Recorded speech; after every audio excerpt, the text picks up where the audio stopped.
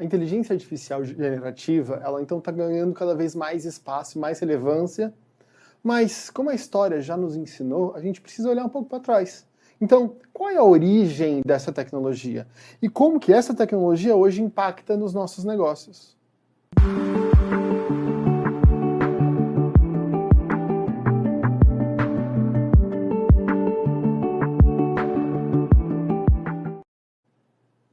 Perfeito, Cássio. Vamos tentar explicar essa história de onde é que tudo isso surgiu. E, para começar, primeiro, deixa eu te dizer por que é importante entender IA, né? Você como gestor de produto. É importante entender IA, o que é que IA significa, diferenciar IA generativa de IA clássica, diferenciar o que é IA de machine learning. Tudo isso é importante porque em diferentes contextos de produto e negócio, você vai precisar usar conceitos e vocabulários diferentes. A turma vai chegar para você como gestor de produto cheio de ideias. Vai falar de precisamos subir o teste AB, não, precisamos subir o multi-armed bandit em produção para escalar a experimentação, é o test and learn e tudo mais. Então, toda essa sopa de letrinhas, se você não entende de onde é que tudo isso vem, fica muito difícil você se comunicar e ter uma estratégia efetiva para aplicar IA nos negócios. Né? Mas, então, Carlos, não começou o ano passado, então? Quase ano passado. Quase ano passado. Se você considerar 1700 como ano passado, então tem alguns milestones bem importantes que a gente vai ver. Então, IA generativa. O que é IA primeiro? Então, por que é importante? Compreender IA é a chave para desbloquear o potencial dos produtos digitais. Esse é o meu objetivo. Espero que você se convença disso quando a gente terminar esse capítulo. Então, vamos começar com uma definição clássica, nada mais, nada menos do que da pessoa que cunhou o termo inteligência artificial, o matemático John McCarthy.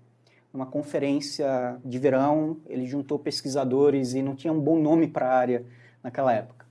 E então, em 1955, basicamente, o que o John McCarthy falou é que IA é a ciência e engenharia de fazer máquinas inteligentes, especialmente programas de computador inteligentes.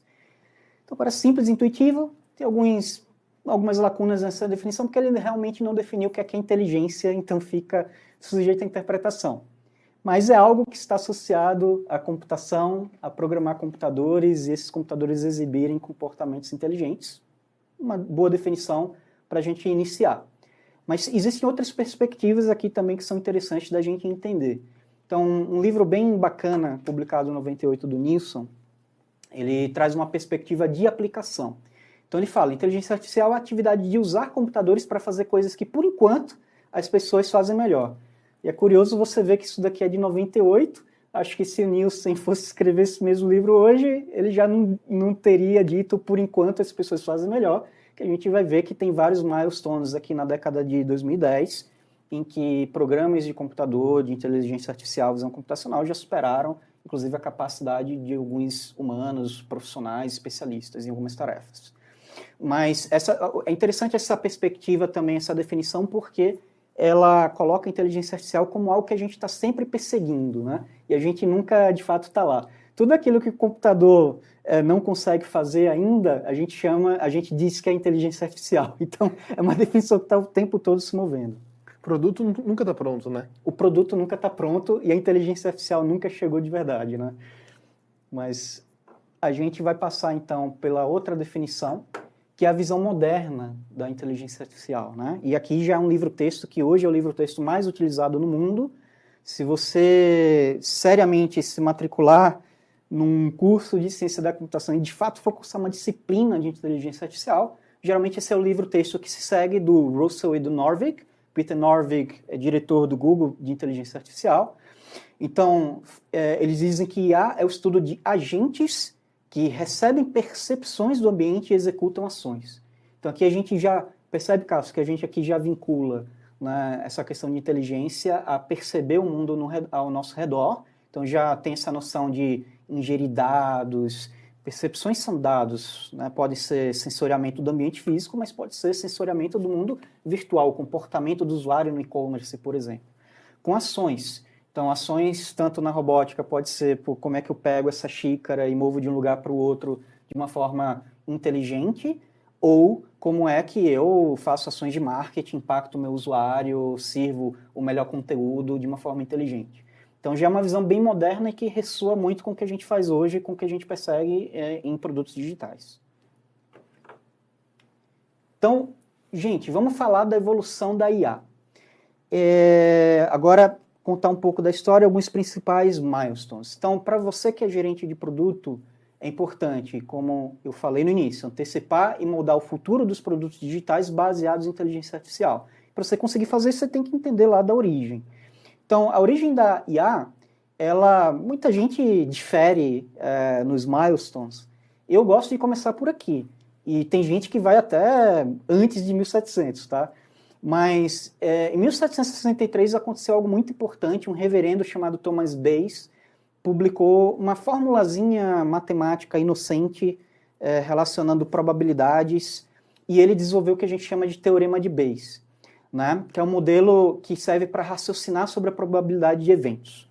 E isso daqui é um milestone tão importante que antes de todo esse burburinho de IA generativa, ou mesmo de deep learning, visão computacional, redes neurais, que está na boca de todo mundo nos últimos 10, 15 anos, o estado da arte em inteligência artificial era totalmente baseado em inferência bayesiana.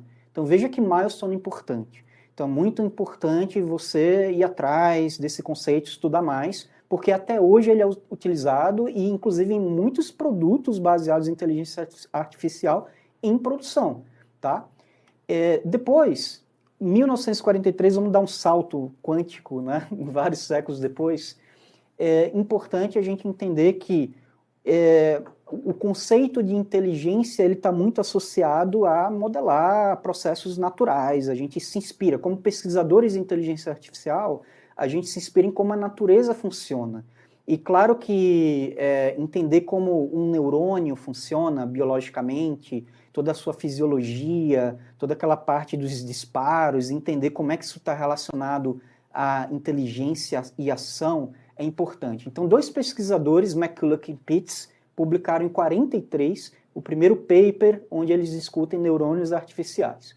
Isso foi um grande marco que criou, inclusive, a possibilidade de pesquisadores matemáticos. Na época não existia muito bem a disciplina de computação, então foi muito guiado por matemáticos. Começaram a criar os conceitos das primeiras redes neurais, que é algo tão importante, e a gente vai ver, a gente vai chegar lá, está por trás também dessa revolução de IA generativa. Então vamos dar outro salto quântico, e aqui eu estou omitindo muita coisa, mas olha só como isso evoluiu, né? De 43 a 2015, né, a gente teve um salto gigantesco em termos de tecnologia, em termos de hardware, em termos de software, e uma rede neural chamada ResNet, olha só, 43 o primeiro neurônio artificial, 2015 uma rede neural da Microsoft Research superou o desempenho humano no desafio que a gente chama de ImageNet, com uma taxa de erro de 3,57%. Então, um grande dataset, um grande conjunto de dados com milhares de objetos, milhares de imagens, categorias animais, objetos, esportes, engenharia, equipamentos, pessoas fazendo todo tipo de atividades, e a tarefa é classificar quais são os objetos contidos nessas imagens. E 2015, de fato, foi um ponto de inflexão para toda a pesquisa de inteligência artificial, e foi quando, de fato, o mercado passou a levar isso daqui a sério, e aplicações como visão computacional, reconhecimento de placas, sinais de trânsito, reconhecimento de dígitos, reconhecimento de linguagem manuscrita, a parte de extração de texto, que hoje tenho certeza que muita gente, muitas empresas digitais colocam muito esforço para processar documentos de uma forma inteligente, entender o que é que está escrito lá, né, à mão, às vezes manualmente, e automatizar a extração de dados para colocar numa base de dados, por exemplo. Então, 2015 realmente é um milestone importante porque habilitou muita coisa que antes as pessoas tinham muita dificuldade, e isso elevou a qualidade de produtos digitais. Cássio, você já teve experiência, você já trabalhou ou conhece casos de uso nessa área de processar documentos, Imagino que na Acreditas e outros lugares vocês precisam fazer isso bastante, né? Muito. E é até interessante que passa um filme na nossa cabeça, né? Às vezes a gente lida com inteligência artificial, mas não necessariamente clica algo na nossa cabeça para falar que é uma inteligência artificial. No caso, no ano passado, eu lidei bastante com o tal do OCR, aquela tecnologia que lê a imagem, extrai as informações daquela imagem e impacta diretamente na experiência do nosso usuário, tirando telas. Então, isso é interessante, né? Porque diretamente, a gente não está falando de algo dos deuses que nunca impactam o usuário, muito pelo contrário. A gente consegue reduzir tempo de tela e tudo mais. Mas, Carlos, o que eu achei super interessante é que, então, até 2015, a gente estava falando, então, que a inteligência artificial estava na boca dos pesquisadores, dos laboratórios, das feiras de ciência mais caras, digamos assim, mas ainda estava nesses fóruns mais restritos, né? Exatamente. Estava nesses fóruns mais restritos. Em meados de 2012, 2011, foi quando a gente começou a ver os primeiros job descriptions dos primeiros data scientists. E nem tinha esse nome à época. O pessoal ainda chamava de analista de Big Data, engenheiro de Big Data. Então, naquela época, de fato, o perfil das pessoas era bem especializado. Eram pessoas caras, eram pessoas estranhas, com um conjunto de competências diferente. E era difícil você fazer aplicações e produtos que eram baseados em visão computacional, OCR. Então, eu me lembro que as empresas que começaram a fazer isso eram empresas que tinham muito budget. Eu acho que aqui no Brasil você tinha a EMC, lá no Rio de Janeiro, que estava muito forte na indústria de petróleo e gás. Começou com uma área enorme, uma escola de verão que ficou bem conhecida naquela época. Então, de fato, tem uma raiz histórica, todo esse boom de inteligência artificial, que começou mais ou menos ali com a área de dados sendo estruturada para inteligência de dados, inteligência de negócio, inteligência de analytics para tomada de decisão com modelos mais avançados dos 2012. E voltando para o marco em 2015, quando veio o boom da ResNet, que ganhou o concurso na ImageNet, aí as aplicações de visão computacional começaram a despontar, mas principalmente nos centros de inovação das grandes empresas. E aí, para isso começar a chegar também no mercado e produtos de prateleira que você pudesse puxar e fazer o CR de uma forma, cara, bacana, fácil, simples, ainda precisou de um tempinho a mais e muita gente ralou para fazer isso, mas hoje eu não vou dizer que é commodity, mas certamente você não precisa investir tanto em desenvolvimento interno, já tem muita coisa pronta, mas foi um caminho para a gente chegar lá. Né? E o quão acessível as coisas é muito interessante de estudar. Por isso que é bom a gente olhar para trás, para a história, para o fundamento. Obrigado, Amanda, o conteúdo tá bom. Cara, vamos voltar então aqui para o conteúdo, porque o próximo milestone é que eu quero destacar aqui, um ano depois, e agora não é um salto quântico, aqui já dessa ideia de aceleração exponencial da tecnologia. Em 2016 a gente teve o famoso algoritmo AlphaGo da DeepMind, derrotando o campeão mundial Lee Sedol, coreano, em uma série de jogos de Go, que é um jogo bem mais difícil do que xadrez. E eu trouxe esse milestone porque eu queria destacar essa questão de raciocínio. Tudo isso que a gente está vendo em inteligência artificial generativa, que a gente considera um breakthrough, um momento de inflexão aqui no que a gente pode aportar de valor para o negócio, para produto, tem a ver com a parte de reconhecimento, de classificação de padrões, de predição, tem muito a ver com as redes neurais, mas a gente não pode esquecer que a gente tem toda uma área também de raciocínio baseado em certeza, que é o planejamento, AI planning, simulação. Então, tudo isso as pessoas não estão falando tanto quanto AI generativa, mas são tecnologias adjacentes, sinérgicas, que também é importante os gerentes de produto e o pessoal de negócio acompanhar, porque isso daqui vai estar muito próximo de ser tudo integrado e as capabilities de inteligência artificial e o valor de negócio que isso habilita vai ser ainda maior. E aí, Cássio, por fim, eu trouxe aqui, um ano depois, uma equipe de pesquisa do Google Brain, que é um braço de pesquisa e desenvolvimento da Google, publicou um paper de pesquisa focado em arquiteturas e transformers e autoatenção.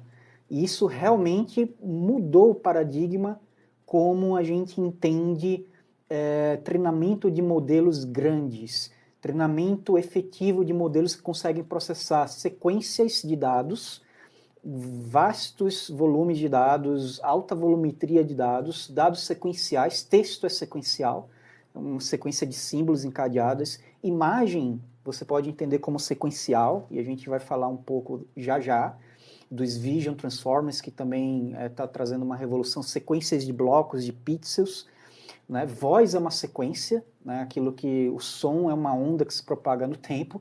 Então, realmente, o nascimento dos Transformers representou um salto de qualidade e é o que, de fato, habilitou toda essa questão de modelos fundacionais e AI generativa que a gente vai ver já.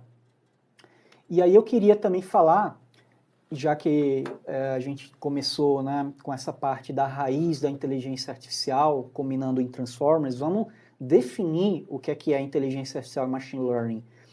O que essa tecnologia classicamente a gente entende ela pode fazer e contrastar com IA generativa, começando pela parte tradicional. Qual é a finalidade da IA e machine learning tradicionalmente como a gente entende? Então, resolução de problemas específicos. Então, não é uma tecnologia que vai ter uma abrangência geral, é muito baseada em domínios de conhecimento. Você vai resolver um único problema dentro de um único domínio e otimização também de processos, otimização de desempenho em tarefas. Segundo, quando a gente fala de aprendizado e machine learning, para essas tecnologias tradicionais, e eu já explico essa diferença quando a gente entrar em AI generativa, mas você tipicamente precisa de muitos dados estruturados para realizar predição. Então, dados tabulados, dados, mesmo que sejam sequências que você tem ali uma estrutura de timestamping, de quando o evento aconteceu, se você está realizando predição de demanda, quantos itens eu vou vender, você precisa saber quando você vendeu, em que quantidade, você precisa ter logs, né, muito bem estruturados, às vezes semi-estruturados e bagunçados, e a turma de engenharia de dados adora, porque aí tem muita oportunidade de também trabalhar na preparação dos dados, mas existe essa questão da necessidade do dado estar tratado, estruturado, que é bem importante para a gente contrastar depois com IA generativa. A saída desses modelos são estimativas e decisões claras, então é uma predição, vai acontecer X, talvez com intervalo de confiança de 95%, mas a minha predição é X na média. Então, algo muito claro, determinístico e até actionable. Pode ser números ou categorias. Quando é categorias, a gente chama de classificação. Quando são números, a gente chama de regressão. E quanto à aplicação em produtos, a gente viu muita coisa interessante em sistemas de recomendação. Então, Cássio, você que trabalha com produto, e-commerce, serviços financeiros, recomendação, eu imagino que é o ganha-pão do produteiro, né? E eu acredito que é uma das áreas mais férteis onde a gente pode aplicar IA e machine learning. Você concorda? Total. Inclusive, até me lembro um pouquinho passado de iFood. O quão poderoso é, por exemplo, você estar navegando no app e o app poder te recomendar coisas, vídeo com base no seu histórico e tudo mais. Até aqui uma curiosidade, na minha época, uma das áreas que mais geravam pedidos dentro do app era a própria área onde estavam os seus últimos pedidos. Uhum. Porque porque somos seres repetitivos, que seguem padrões e que não somos tão disruptivos assim, né? E você falou que segue padrões. E a AI clássica, machine learning clássico, é ótimo para capturar esses padrões e identificar de uma forma automática a partir dos dados quais são esses padrões repetíveis. E muitas dos modelos de machine learning hoje que operam em redes sociais, por exemplo, usam, né, todos os sinais de cliques e likes e tempo que você passa rolando o teu feed para olhar uma imagem, uma notícia, para te recomendar mais do mesmo e fazer um boost nesses padrões repetíveis E aí criam algumas bolhas e alguns problemas que também os pesquisadores e os produtores têm que tratar, porque também tem tópicos de como é que você aumenta o grau de novidade da distribuição de conteúdo. Às vezes você tem conteúdos bem bacanas, ou você está fazendo um boss, você falou do iFood. Imagino que eu trabalhei no Zen Club e a gente tinha um problema bem semelhante, que é como é que eu distribuo a demanda, né, para profissionais novos que estão entrando, entregadores ou profissionais de saúde mental que eu estou gerindo no meu marketplace, e como é que por meio de machine learning e inteligência artificial eu faço uma melhor distribuição de demanda de pedidos, no caso de iFood, ou de appointments, ou mesmo a posição no resultado de busca, né? Porque senão, se eu só entrego mais do mesmo, eu não consigo gerenciar bem a novidade e o que é novo acaba nunca sendo privilegiado. Você passou por isso? Isso ressoa contigo? Muito, e daí eu acabei de ver Loki, eu sou um Marvete muito, e a questão de paradoxos está muito clara aqui na minha cabeça, e a gente começa a enxergar esses paradoxos, né? Porque a gente quer que, por exemplo, o usuário explore mais, a gente quer que o usuário conheça mais. Contudo, se eu continuar recomendando o que ele já consumia antes, eu vou garantir mais uso, mais... Mas até, Carlos, indo também por essa área de aplicações, me lembrou muito também algo que a gente... Aí, saindo do e-commerce e indo para Acreditas, você comentou algo que a gente começa a ver inteligência artificial como serviço, como OCR. Uhum. Quase como uma commodity, que não é essa palavra, mas a gente caminhando para isso. A gente também começa a ter pequenos desenvolvimentos em casa que antes a gente não pensava antes. Exemplo, o que a gente criou lá. Foto do seu RG. Mas por que antes de eu mandar para uma empresa especializada que já catalogou 500 milhões de documentos, por que eu não tenho uma inteligência interna que identifica que com 95% de chance que aquilo é um RG e não uma caneca? A gente viu isso, que a gente conseguiu reduzir 30%, 40% do custo. Quer dizer que eu passo a ter um raciocínio de começo a desenvolver algumas coisas internas. Isso. E também começo a misturar um pouco com essa inteligência desenvolvida externa. Ô Cássio, eu adorei o teu comentário, porque ressoa com o que a gente falou antes, nessa parte de ser muito especializado e olha só que exemplo legal na Acreditas, né? Vocês tinham um problema muito específico, diferenciar tipos de documentos que para vocês era crítico na jornada, não sei se de onboard, provavelmente de onboard do cliente, mas o ponto é, estrategicamente na gestão do produto, a gente precisa aprender como tomar essas decisões de uma forma bem informada, de quando investir no desenvolvimento interno versus quando colocar uma ferramenta externa. Então, a importância desse bloco é essa, você entendendo e diferenciando para que serve a AI tradicional e a AI generativa, você está mais preparado para dizer, olha, e até recomendar para os business owners, cara, vamos abrir um squad para resolver esse problema específico, que isso vai dar X de ganho na jornada de onboarding e olha o business case para isso, né? Ou a gente vai simplesmente adotar essa ferramenta que não resolve problema específico, é bom o suficiente e talvez eu consiga conviver com isso, mas eu poderia estar encantando mais o cliente, eu poderia estar aumentando o meu NPS, eu poderia estar aumentando a minha chance de ativação de clientes se eu resolvesse essa dor. Então, relacionar as dores do produto na jornada do usuário com as possibilidades que a tecnologia de IA te traz é um skill super importante para o produteiro e é por isso que a gente está aqui discutindo esses conceitos. Cadê aquele meme de explodir cabeça? Exato. Cara, vamos continuar aqui porque eu queria contrastar agora IA tradicional com IA generativa. Então, se por um lado a gente falou que a gente vai ter problemas muito específicos na IA tradicional, com IA generativa, a finalidade, são várias finalidades, mas em resumo, inovação e geração de conteúdo novo. Então, aqui, quando a gente fala em inovação, por definição, a gente não está falando de algo específico, né? Aqui eu tenho que sair da caixa, então eu tenho que gerar ideias novas, eu tenho que gerar conteúdo novo.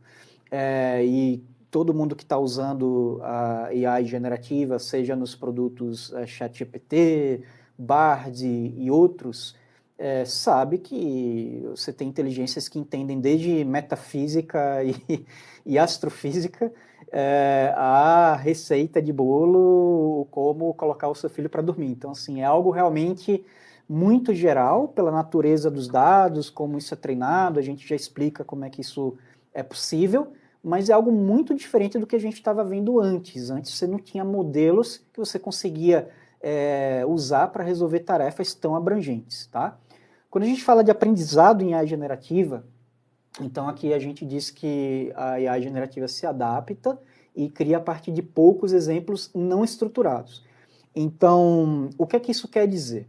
Aqui eu estou colocando a perspectiva da empresa que vai usar esses modelos de AI generativa como serviço. A gente vai falar mais na frente, no capítulo 2, sobre o que é fine tuning e tudo mais. Mas hoje você não precisa criar e treinar o seu próprio modelo fundacional, até porque isso é muito caro, consome muitos dados. Então, por que a gente está dizendo que precisa de poucos dados? Porque alguém já fez isso para você, alguém já investiu literalmente dezenas de milhares de dólares por rodada de treinamento para criar um modelo gigantesco, oferecer isso como serviço por meio de uma API, para que agora, uma vez que você contrata como empresa, como produto, esse modelo, você consegue especializar esse modelo para resolver problemas específicos ao teu negócio, só que na hora que você vai fazer isso, você precisa de poucos dados, uma menor estruturação e uma menor preparação desses dados. Então você economiza de custo operacional, você não precisa de uma área tão grande de engenharia de dados e engenharia de machine learning para fazer isso, e de fato esses vendors de modelo como serviço de AI generativa estão facilitando muito e entregando até APIs para você fazer de forma automática o fine tuning, tá? E você também economiza a questão de aquisição de dados. Você consegue realizar fine tuning de modelos com um volume de dados moderado, cerca de alguns milhares ou dezenas de milhares de pontos de dados. Então isso é também uma grande mudança que a gente está vendo na AI generativa. Quando a gente fala de saída, a gente fala de novos designs, textos, interações, então não é só número e categorias, tá? Então a gente está falando de imagem, vídeo, som, texto, interações. Então quando a gente fala de interação, literalmente a saída de um modelo de AI generativa pode ser um arquivo JSON, que é um formato de arquivo padrão para troca de payloads, para troca de mensagens entre APIs, como os software e produtos e sistemas enterprise se comunicam. Então, a AI generativa consegue ter como saída interações diretas com o usuário. É uma ação, olha, abri uma ordem de serviço, fiz uma chamada de API que gera um SMS automático. E quem decidiu isso por você foi o motor de raciocínio da AI generativa. É algo que precisa ficar bem claro, e você que é profissional de produto e owner de negócio, você precisa entender isso. Não é só chatbots, é automação também de processos fim a fim. E guarda essa informação, porque isso vai ser bem importante quando a gente for falar de estratégia de produto. Aí aqui, para fechar, quando a gente fala de aplicações em produto, naturalmente, se eu agora tenho multimodalidades e consigo tratar praticamente todo tipo de input, então aqui eu consigo ter aplicações em design de interface do usuário. Olha só que legal para você que é produteiro, né? Ou você que é profissional de UX, aquele wireframe que você rala tanto para fazer, você pode ter um assistente e aumentar a tua capacidade criativa. Olha, eu criei esse wireframe aqui, você consegue gerar variantes, outras ideias, outros layouts, o que é que funcionaria melhor? Será que eu coloco 2 lanes aqui, a proporção 2/3? Então, todas as perguntas que você poderia fazer para uma AI generativa, te ajudar a desenhar uma interface de usuário, isso te torna mais criativo e mais produtivo como profissional. Já pensou, Cássio, você ter essa ferramenta no teu time para, cara, ser mais criativo, ter discussões, mais opções e discussões em menos tempo? Como é que você se sente ou se sentiria? Porque está acontecendo hoje. Eu não sei se você já teve a oportunidade de testar esses use cases. É engraçado que eu converso com a inteligência artificial generativa exatamente como eu converso com uma pessoa, para me provocar e tudo mais, mas, Carlos, me vem muito na cabeça, lembra do House? aquele seriado, Sim. onde o médico discute com o seu time, fala assim, tá, mas e você acha o que você... E a partir daquela confusão, a partir daquela diversidade de pensamento, existe um caminho a ser... E eu acho que é muito isso que a gente está tentando simular. E isso que você falou sobre eu criar um caminho e esse caminho ser apoiado. Eu acho muito interessante que você mesmo está abordando que a gente não fala sobre substituição, a gente fala sobre copiloto, a gente fala sobre essa parceria, né? Exatamente, Cássio. Eu acredito nisso. Isso daqui é algo que eu sempre falei em toda a minha jornada, minha carreira de inteligência artificial. Eu não estou falando porque é hype, mas eu não acredito que AI vai simplesmente roubar o emprego das pessoas. Eu acredito que os gestores, sabendo tomar boas decisões estratégicas de negócio, aumenta a sinergia entre times, entre squads, entre pessoas dentro do mesmo time, porque você torna a conversa mais fluida. Você consegue empoderar as pessoas a ter essa conversa facilitada por meio de inteligência artificial generativa. Você consegue ajudar as pessoas a se expressarem melhor, a colocarem as ideias mais rápidas no papel. E quantas oportunidades de discussão em fóruns, né? Seja refinamentos técnicos, sejam groomes. Muitas vezes na correria do dia a dia você está lá codando e você não se preparou. Imagina se você tem uma ferramenta que, putz, eu estou aqui há 10 minutos do grooming, não me preparei, vou aqui colocar algumas ideias iniciais que eu tenho no papel, poxa, é isso mesmo, trabalha, aí você já não chega de mão vazia, você já chega com outros cenários, outras ideias. Então, é uma ferramenta, na minha opinião, que vem para ajudar, e os copilotos, como você bem falou, acredito que vão se tornar cada vez mais populares e vão fazer parte do dia a dia do profissional de produto, sem dúvida. Gente, vamos falar então agora da ascensão da IA generativa. A gente entendeu aqui algumas definições, a gente entendeu a diferença de AI tradicional e AI generativa, mas eu ainda não contei a história da origem da AI generativa. Vale a pena a gente passar por isso e entender que existem outras ramificações. Então, comecei lá com o Teorema de Bayes 1700 em AI Machine Learning tradicional. Aqui eu queria começar, eu pessoalmente gosto muito desse milestone, novamente, não é consenso, mas em 1913, um matemático chamado Markov publicou um trabalhozinho ali na literatura chamado Cadeia de Markov. E essas cadeias de Markov têm propriedades muito interessantes que facilitam o entendimento de sequências de texto e letras. Então, consigo emular e representar a probabilidade de emissão de símbolos de texto em uma frase. Então, aqui, muita gente, muitos pesquisadores de Machine Learning, até hoje utilizam também cadeias de Markov para modelar textos e aplicações básicas de processamento de linguagem natural, tanto texto quanto geração e reconhecimento de fala. Então, isso aconteceu em 1913 e está muito enraizado nesse conceito de você gerar símbolos sequencialmente. Cadeias de Markov já faziam isso em 1913. Claro que não tinha uma implementação computacional, isso veio muitos anos depois, mas toda essa ideia de gerar sequências de tokens e símbolos da IA generativa, isso aqui tem uma raiz histórica em 1913. Depois, vamos falar de simulação. 1946, eu adoro esse tópico. Talvez muita gente assistiu o filme Oppenheimer e viu, relembrou aqui o Projeto Manhattan, que infelizmente ou felizmente, dependendo das suas interpretações, aconteceu e transformou o mundo. E uma das tecnologias que estavam por trás do Projeto Manhattan, o método Monte Carlo é um método poderosíssimo de simulação. E o que o método Monte Carlo faz nada mais do que mostrar uma distribuição, gerar padrões e comportamentos novos que não existiam antes. Então, como é que a gente simulava a explosão de uma bomba nuclear se não existia uma bomba nuclear antes? Como é que a gente garantia que ia funcionar? Como é que a gente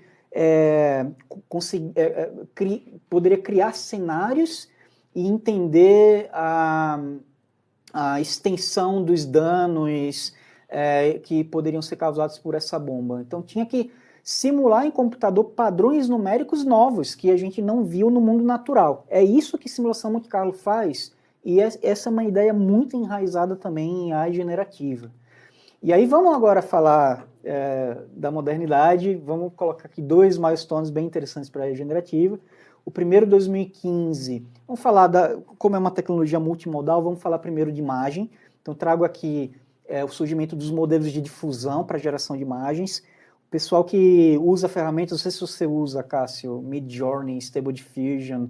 Eu, pessoalmente, é bem terapêutico, adoro gerar imagens. By the way, todas essas imagens que vocês estão vendo nessa apresentação, não sei se você prestou atenção, foram gerados com o modelo DALL-E 3 da OpenAI, todas as imagens originais, baseadas no conteúdo dos slides aqui. Então veja que aqui no design do slide já estou aplicando, eu tenho que fazer, né, eu tenho que ser early adopter aqui, Cássio.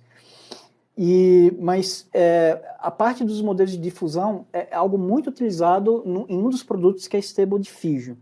E é um tipo de arquitetura de rede neural,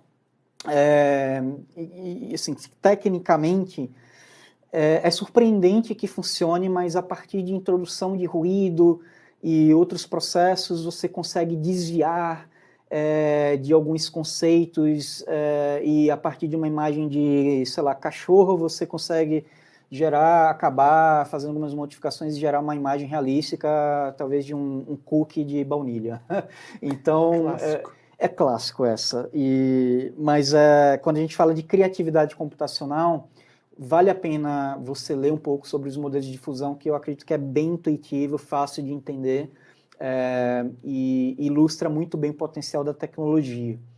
E aí, em 2021, a gente teve um outro grande milestone que, como eu já falei, modelos fundacionais. E aqui, os modelos fundacionais como serviço, que é a parte mais interessante.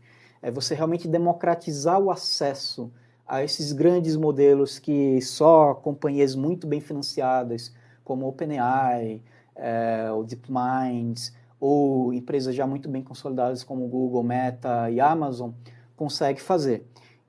Para ter uma estrutura computacional e uma vasta gama de dados, desde livros, textos, Wikipedia, conteúdos desestruturados da internet e mesmo licenciamento de dados, porque não se engane, isso daqui é um produto e para que o produto funcione bem na prática, as empresas investem em dados curados também de qualidade, para que isso daqui gere valor para aplicações como serviços financeiros, o seguro.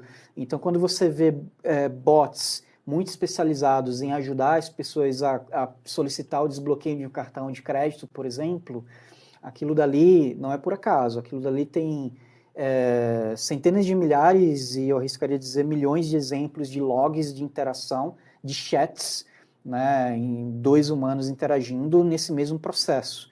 Então você consegue capturar muito padrão nesses modelos fundacionais e você treina isso, que é a etapa que a gente chama de pré-treino, e você coloca embaixo de uma API, e é isso que está por trás de toda a revolução que a gente está vendo desde 2021, ali finalzinho de 2021, que foi o lançamento ali do chat GPT. E a OpenAI também lançou o DALL-E 2, né, que também é um grande marco para a AI generativa na parte de imagens.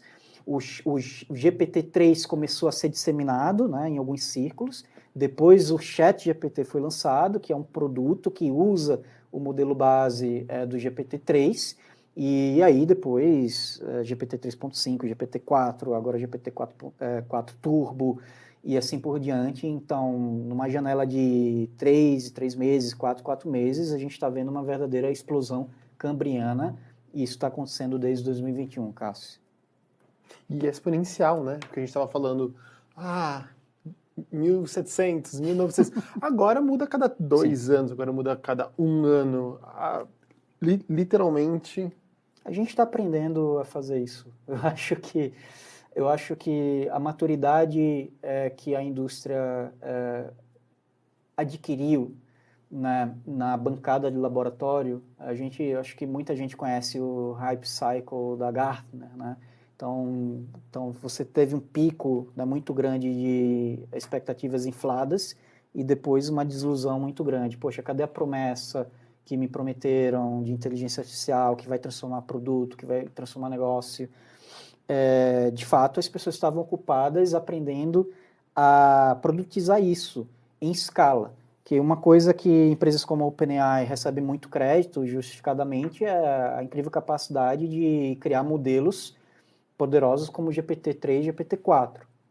Mas uma coisa que eu acho que eles recebem pouco crédito é toda a infraestrutura para operar isso.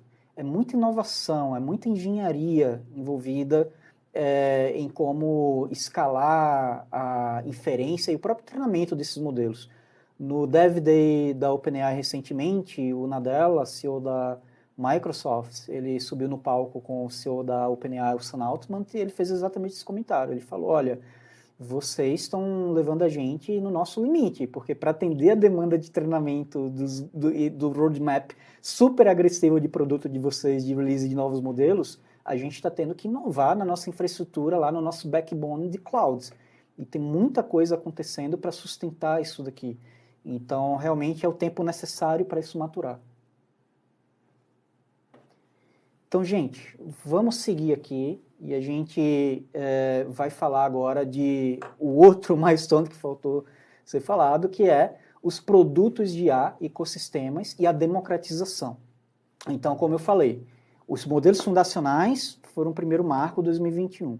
2023, que é hoje, é o que a gente está vivendo, a gente está vendo esses modelos fundacionais serem encapsulados, de fato, em produtos. E eu acredito que o produto mais recente, que realmente está revolucionando as empresas e é relevante para os negócios e produtores, é o ChatGPT Enterprise, que é a possibilidade de você usar todo o poder do ChatGPT nos dados da tua organização sem riscos, né, reputacionais, sem riscos de você estar cedendo os seus dados para o modelo ser retreinado, os seus segredos de negócio, e o próprio produto Copilot, que não é um produto, é uma feature que pode ser habilitada em qualquer produto da Microsoft, e eles estão bem agressivos com esse plano, colocando isso no Teams, no Outlook, em produtos como Microsoft Dynamics, onde você pode gerir parte do teu CRM. Então, isso daqui é algo, ou GitHub, né, para quem é builder e coder, acho que foi o primeiro Copilot de todos, né, auxiliando a geração de código. Então, realmente é algo que está na mão das pessoas. E quem são os protagonistas aqui, né? Eu queria assegurar que a gente entende quem é que está por trás dessa revolução. E até contrastar com o que a gente falou lá, né? As diferenças entre um pouco o IA tradicional, Deep Learning também tradicional, dessa parte de IA generativa. Então, eu trouxe dois players aqui, um mais conhecido pela parte de IA generativa, que é o OpenAI, fundado em 2015, e o logozinho ali do lado direito é da DeepMind, uma empresa adquirida pelo Google, fundada em 2010. Eles não abrem o valor de mercado, a DeepMind não abre essas informações. O valor do OpenAI nas últimas estimativas está aí na casa de 80 a 90 bilhões de dólares, que é um absurdo quando você para pensar que eles foram fundados em 2015, antes do ChatGPT, acredito que não. Não sei qual era o valuation deles, mas certamente não era nem próximo dessas cifras. Número de funcionários é algo também que impressiona. A OpenAI é uma startup pequenininha, 375 pessoas, a maioria cientistas, research engineers, produteiros, e que ainda estão aprendendo a navegar nessa estratégia de produto, de go-to-market, B2C, B2B, mas que estão dando algumas bolas não tão fora assim, e realmente tem sido produtos cuja adoção está entre as adoções mais rápidas de qualquer produto digital na história da humanidade. A DeepMind, cerca de 1.500 funcionários. A OpenAI, uma empresa sem fins lucrativos, mudou de um modelo, né, de lucro limitado em 2019. A DeepMind já tem fins lucrativos, foi adquirido pelo Google em 2014. A OpenAI, inicialmente um foco em pesquisa aberta, e aí eles mudaram, né, para algo mais de produto, bem recentemente, e hoje tem inclusive um modelo mais fechado, em que eles não estão divulgando mais os parâmetros, e estão deixando até a comunidade open source um pouco frustradas, que queria estar entendendo melhor como essa tecnologia funciona, mas o próprio Sam Altman falou que tem alguns segredos ali, tanto de competitividade, mas também questões éticas e de segurança, e por isso que ele não está abrindo. Cássio, você, na tua experiência com produto e inteligência artificial, você já viu muitos times usando tecnologias open source ou mais tecnologias proprietárias? mais tecnologia proprietária e muito na linha que você comentou, talvez mais pelo lance da segurança do que qualquer outra coisa. Uhum. Claro que isso pode ser um viés dos ambientes dos quais eu passei. Mas como eu sempre estava falando sobre dados de usuário, ambientes bancários, ambientes financeiros, você se dá ao, entre aspas, luxo de aumentar o risco de a coisa se torna muito mais complexa, porque daí não é um risco, é um risco gigantesco que inviabiliza negócio, que inviabiliza a empresa. Então, é uma boa provocação. Eu não sei hoje como está, por exemplo, a comunidade open source de inteligência artificial. Cássio, ela é uma comunidade muito mais diversa, muito mais rica, empolgada, que está totalmente entusiasmada com esse momento que a gente está vivendo. Inclusive no Brasil tem muita gente criando e treinando seus próprios modelos generativos baseados em corpos de texto em português, tanto empresas, você tá Itaú, que publicaram um paper público que é bem interessante, um dos maiores corpos de dados em língua portuguesa do mundo, se não o maior.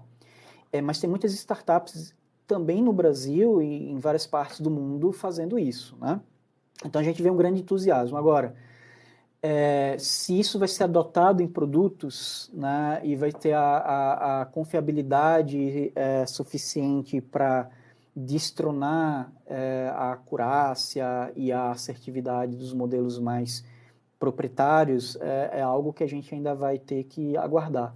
Mas certamente open source para mim vai ter um papel fundamental, principalmente quando a gente fala em redução de custo, quando a gente está experimentando tecnologia, fazendo upskilling do time, é algo que você pode fazer hoje, você não precisa esperar para tomar uma decisão de aumentar o budget da área antes de começar. Então, o open source é uma ótima porta de entrada, no mínimo, para experimentação. Então quer dizer que a gente está falando de 3 caminhos. Que você falou, o caminho da contratação de uma empresa que já oferece serviço X, a criação interna dessas nossas dessas diferentes inteligências artificiais, e o terceiro caminho que é assim, tá, então consumir, contribuir, interagir com esse mundo open source que a gente também está vivendo, não só os big corps, não só o grande capital.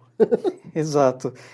E eu acredito que o exemplo da OpenAI e contrastar com a DeepMind é um exemplo bem didático também de estratégia de produto, porque acredito que uma, que foi a OpenAI, seguiu muito essa estratégia do open source. Antigamente eles colocavam tudo, publicavam tudo como projeto de pesquisa, tudo no GitHub e tudo mais.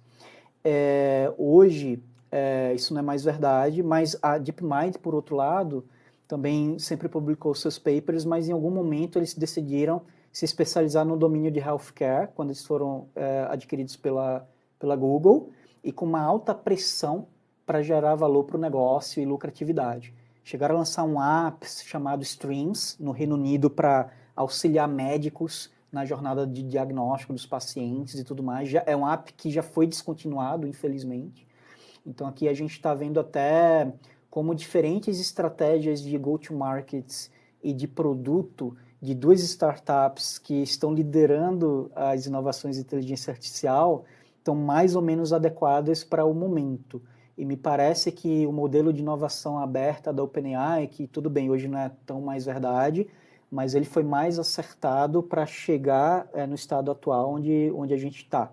E o foco aberto e agnóstico a casos de uso e focar no desenvolvimento da tecnologia core, da plataforma, me parece que foi uma decisão que de fato habilitou esse boom que a gente está vivendo hoje em AI generativa. Isso é bem importante que as pessoas entendam e saibam. Que aula, galera. Que aula. Vamos continuar aqui, que a gente tem muito conteúdo interessante. Vamos falar então do potencial da AI generativa nos produtos digitais, tá? Então a gente vai falar um pouco dessa curva de progresso, quais são as novas fronteiras, quais são... Agora a gente vai pensar em blocos construtivos, né? Os pequenos casos de uso que a AI generativa consegue apoiar e como você pode embarcar isso em produtos digitais. A gente vai falar um pouco dos avanços em reconhecimento de escrita, linguagem, como isso oferece oportunidade para gerentes de produtos. E também a gente vai falar como integrar esses avanços, tem um impacto enorme na experiência do usuário, inclusive gerando interações mais ricas, intuitivas, e isso é bem importante que ressoe com os gerentes de produtos, porque acredito que interações intuitivas é um dos principais, ou não intuitivas na realidade, um dos principais blockers para um produto deslanchar. A diferença do produto que dá certo, que engaja, que tem vários downloads, quando você coloca lá na Play Store, e dos que as pessoas não vão nem ativar direito a conta e vai dar churn no primeiro dia de uso, muitas vezes é a questão da interação intuitiva, e a generativa tem um potencial enorme de revolucionar essa parte, mas também de comoditizar, o que significa que se você não estiver fazendo, você provavelmente vai estar out of the game, porque o teu concorrente vai fazer, e a interação intuitiva vai ser um fator, na minha opinião, bem importante na estratégia de produto digital. Então, vamos entender aqui os building blocks. Então, vamos lá, vamos entender essa matriz. A gente tem texto, tem código, tem imagem, vídeo 3D. São algumas das principais modalidades de input e output dos modelos generativos. Então, vamos entender a evolução. Pré-2020, o que a gente tinha de texto? A gente tinha, por exemplo, aplicações de detecção de spam. Então, são as clássicas aplicações de processamento de linguagem natural, que a gente chama de entendimento de linguagem natural, Natural Language Understanding.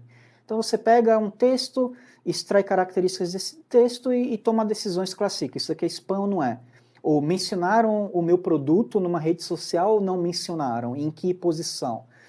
Extração de entidades nomeadas. Então, antes de 2020, antes dos grandes modelos de linguagem e de AI generativa, essas aplicações de entendimento de linguagem natural é que dominavam.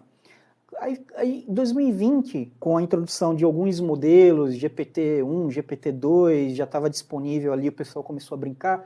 Então, a gente começou a ver um copywriting básico, drafts de texto, criação de slogans. Claro que nada disso estava produtizado, mas o pessoal começou a brincar com isso em algumas empresas que tinham mais budget para investir.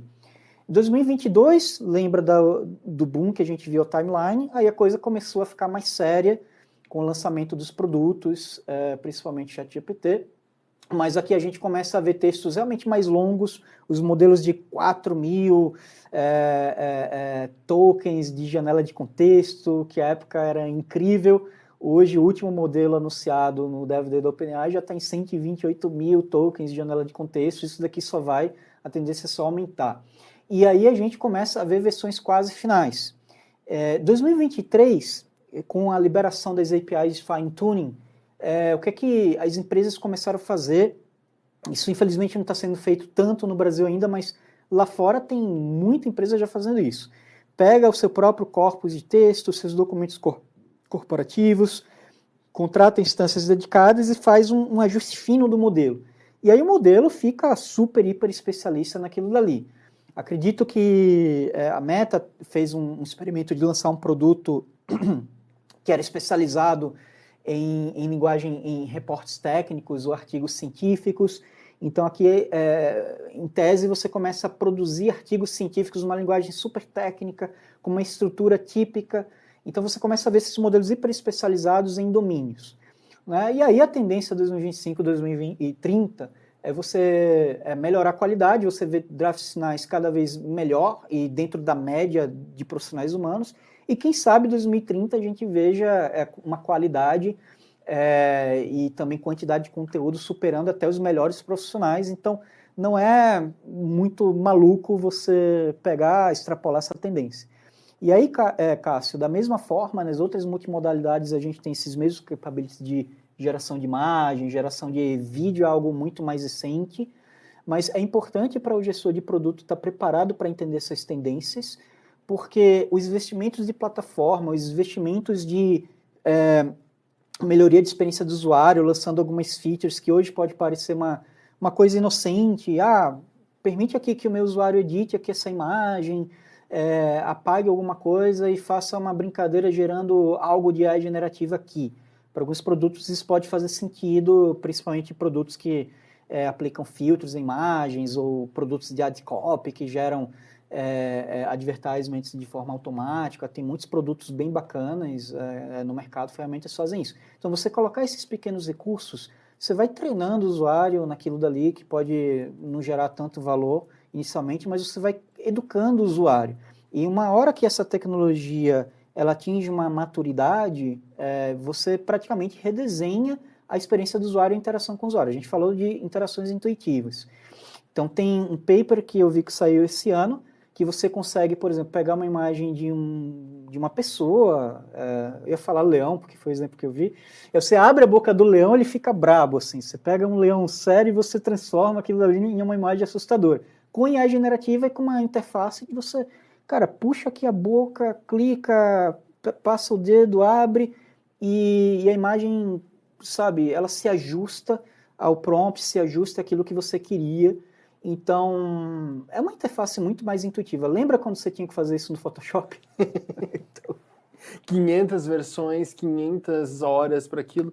Mas o que mais está me levando, está mais me provocando aqui, é treinar os nossos olhos enquanto pessoas de produto, pessoas de negócio, para o use case. Como você mesmo está falando. Cara, começa com um caso de uso, adota, ajusta, implementa o outro, porque nesse tempo, no ano da eficiência, igual a gente tanto fala, né, nos últimos anos, que o que se fala muito é sobre eficiência, se a gente consegue, ok, a gente não vai do 0 ao 100, mas se a gente consegue pegar casos de usos específicos, e exatamente igual você havia comentado, para ir mudando a experiência do meu usuário, hoje eu adoto um OCR, depois eu qualifico, depois eu já consigo entender vídeo, aqui vamos brincar, vídeo comportamento do usuário no meu aplicativo, eu já consigo fazer que a dashboard, a homepage do usuário se adeque completamente, porque eu sei o que ele quer. É dia 30, a pessoa quer saber o saldo que ainda tem no cartão. O que não tem mais no cartão? Não tem. Dia 30 vale a refeição, já era. Mas 25. Então quer dizer que eu posso priorizar a informação do saldo de cartão para a primeira informação. Muita coisa que a gente pode fazer, mas começando paulatinamente. Paulatinamente, né? Então, assim, estratégia de produto exige você antecipar tendências, exige você ter um roadmap de 1 ano, 2 anos. Eu acho que muito gerente de produto ou group product manager não costuma fazer esse exercício tão longo. 2 anos parece uma eternidade, mas se você quer colher os benefícios lá na frente, eu vou te dar um exemplo concreto, né?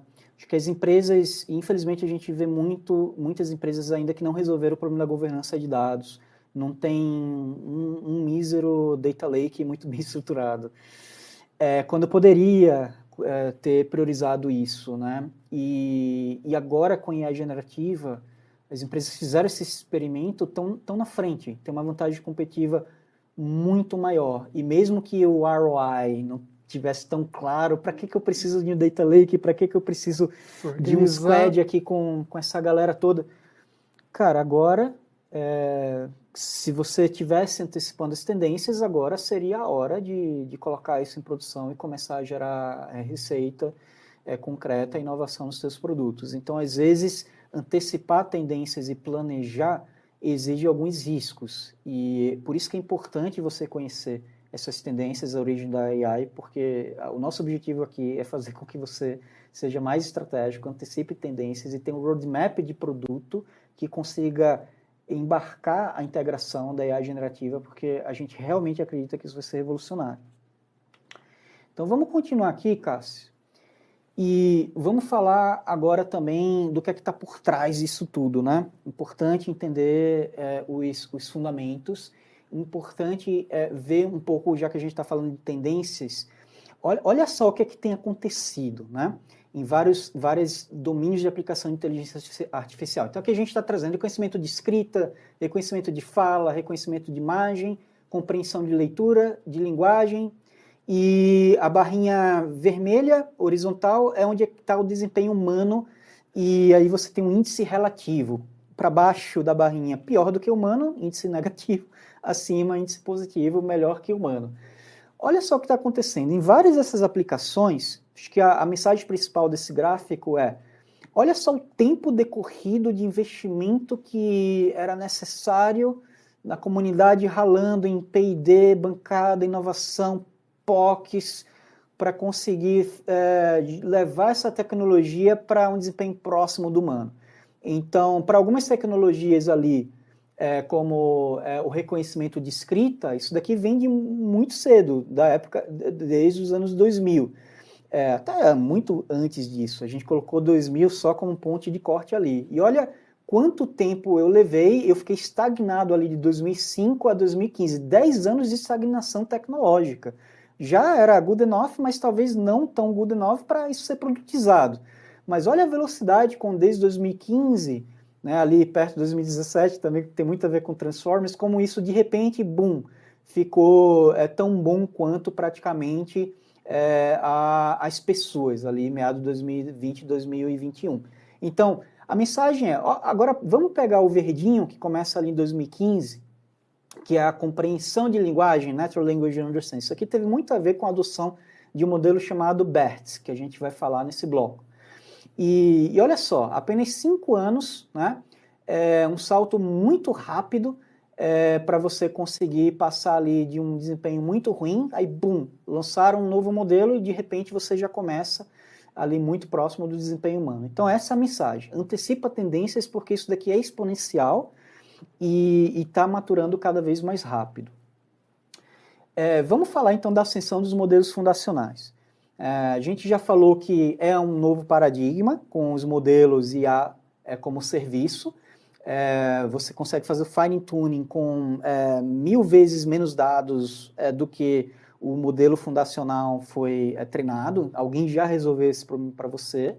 Vamos recapitular esse ponto. E quais são os habilitadores, né? Então, melhoria no desempenho das GPUs. Então, hoje em dia, inclusive, a gente está vivendo um shortage, né? Uma falta de GPUs no mercado. E olha só como é que as coisas se juntam aqui para explicar o momento que a gente está vivendo. Porque, por um lado, a gente teve pandemia, todo o supply chain aqui foi, né, bastante disruptado, digamos assim, e para piorar, o boom da inteligência artificial generativa criou uma grande demanda, todos os times querendo fazer experimentos, construir o seu visão computacional. Então não tem mais GPU no mercado. Então isso daqui é um dos riscos também que os gerentes de produtos, business owners, precisam entender também para entender que existem riscos, não é só alegrias. Isso daqui é exponencial, mas tem limites. E um dos limites e um dos riscos é a falta de habilidade dos grandes vendors, NVIDIA principalmente, de suprir a demanda e a gente ter alguma estagnação. Mas as GPUs estão por trás. A redução dos custos de computação, consequentemente. A disponibilidade massiva de dados públicos. As novas arquiteturas, os modelos e técnicas de treinamento que a gente vai falar um pouco. Transformers, aprendizado por reforço com feedback humano. E o crescimento no financiamento de pesquisas de AI também. De repente, abriram a porteira e os investidores começaram a colocar muito, muito dinheiro, 10 vezes mais investimento do que a gente via 2, 3 anos atrás, por conta desse boom de modelos fundacionais que a gente está vivendo. Carlos, tira uma dúvida rápida. A gente está falando de GPU e não de CPU. A gente está falando de GPU, que são unidades de processamento gráfico, que era muito necessário para você jogar os seus joguinhos da moda antes. Uhum. E acontece que essas arquiteturas modernas de inteligência artificial, redes neurais, deep learning, redes convolucionais e agora transformers, elas se dão muito bem com GPUs. Porque o que está por trás, matematicamente, são operações de álgebra linear, e álgebra linear é a base para a computação gráfica. Então foi uma coincidência muito feliz que a sociedade gostou muito de produzir muitos efeitos especiais em Hollywood, e isso teve muita demanda da indústria do entretenimento e jogos digitais, porque isso foi criando a base tecnológica de hardware que hoje toda a inteligência artificial está sentada em cima, mas foi uma grande coincidência, isso não foi planejado, foi emergente. A mesma cana que produz o açúcar é a que produz o álcool também, não é mesmo? Exatamente. Então vamos voltar aqui porque a gente vai falar quem é que está por trás dessa revolução, né? Então a gente falou aqui das empresas, OpenAI e DeepMind, A gente já falou de Meta, Amazon, mais recentemente X, Twitter lançou o seu próprio modelo de linguagem. A gente tem os atores open source também, né? Então a gente tem Anthropic, Cohere, AI, 21 Labs, e aí a gente tem os mais conhecidos aqui, eu já falei, OpenAI, Stable AI, Stability AI e Midjourney, também para citar alguns, tá? Então é importante você pesquisar aí atrás dessas empresas, desses modelos. E para fechar esse capítulo, como é que é o ecossistema de GenAI. Então aqui é um gráfico muito interessante da Sequoia, investidora por trás de grandes empresas, e eles compilaram todo um layer aqui, né? A gente tem, desde os modelos fundacionais, a parte de hardware dedicado, empresas estão se especializando com hardware dedicado à infraestrutura para AI generativa. A gente tem a parte de camadas de aplicação, como é que eu pego modelos fundacionais e conecto nativamente a vários sistemas enterprise de CRM, ERP. Então tem startups resolvendo esse problema da conectividade. Tem startups resolvendo o problema da interoperabilidade de IoT, já tem gente usando AI generativa para facilitar a integração de dados de sensores de diferentes vendors. Então, a IoT é uma das áreas que também causou um pouco de desilusão no hype cycle da Gartner, mas agora com AI generativa é algo que promete ter um boom, porque você facilita essa parte da padronização, que falta padronização, e a AI generativa consegue ser um elemento, um fator de disrupção ali. Então, acho que a analogia que a gente faz aqui é quase como o nascimento da cloud, que quando a cloud nasceu, muito dinheiro foi colocado em middlewares, digamos assim, em layers intermediários de infraestrutura como serviço, de plataforma como serviço. Você começou a ver startups produzindo tecnologia e ferramentas para resolver dores de usuários corporativos em nuvem. Aqui, a gente está começando a ver sinais da mesma coisa. Então, você, como CTO, VP de engenharia, gerente de produto, owner de negócio, você precisa mapear, escanear toda essa revolução de ecossistema que está acontecendo no mercado.